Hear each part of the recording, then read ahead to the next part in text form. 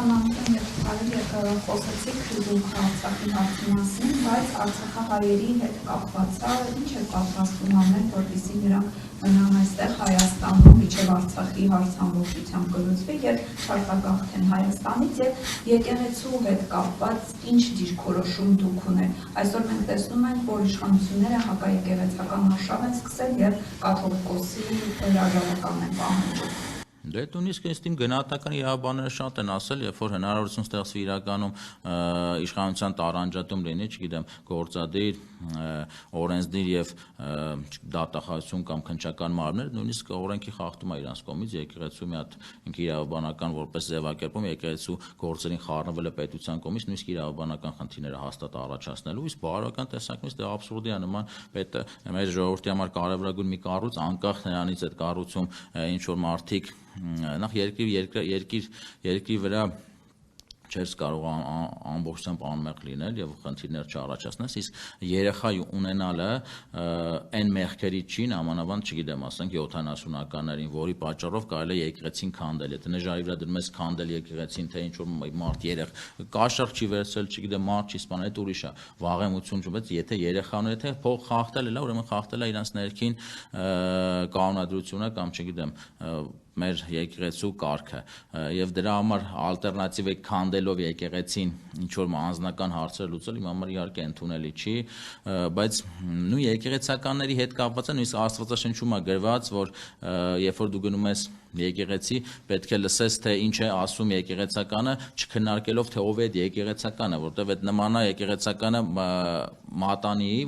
որով կնիկ էին դնում առաջներում, ու ասում են այդ մատանին եթե անկախնայից ոսկուց հետ հարցացե նույն հետքն է թողում։ Դու պետք է լսես ինքը ինչ է ասում, թե բնականաբար Հայաստանում չգիտեմ քանի եկեղեցականներ կան, ասենք 1000-1500, հիմա որ տես պատկասում եք բոլորին գաղտնալսեն ինչեր կհայտնվի։ Դուրս գա մենք եկեղեցի չունենք, չպիտի ունենանք մի հատ ինչ որ պղծվածների կամ հասարակության անդադ մարդկանց թիրախավորել, պիտակավորել, դուրս է գալիս որ տես լրիվ իրանց թեզերը վերցնես, մի հատ թղթի վրա շարադրես, մի հատ պղծվածների եւ եսի ինչերի հասարակություն ենք, այդ դեպքում բա դուք ստեղ ինչ գործ ունեք, գնացեք այն հասարակությունը, որտեղ մաքուր են, եթե իրականում այտենց է, ես տեն չեմ կարծում։ Սխալ մոտեցումը կարևորագույն հայկական կառույցի քանդման ուղղված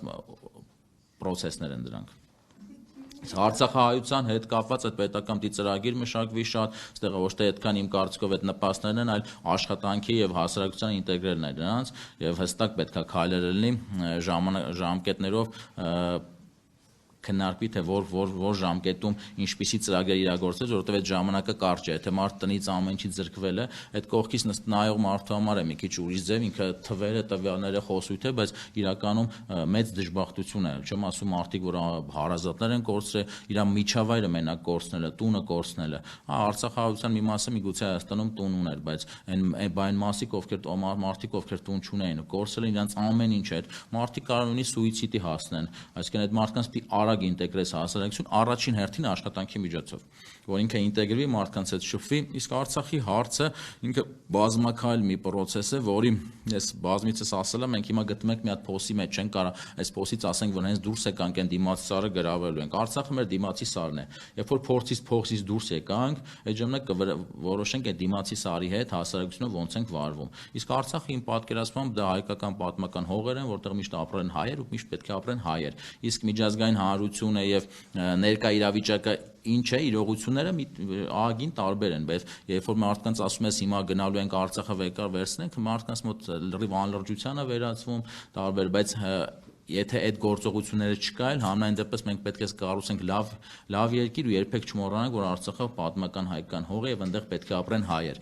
Կանցնենք քայլեր կլինի, երկիրը այս վիճակից դուրս կգա, այն ժամանակ նորից մենք մեր մեջ կանցկացնենք ու կհասկանանք ինչ ենք անում։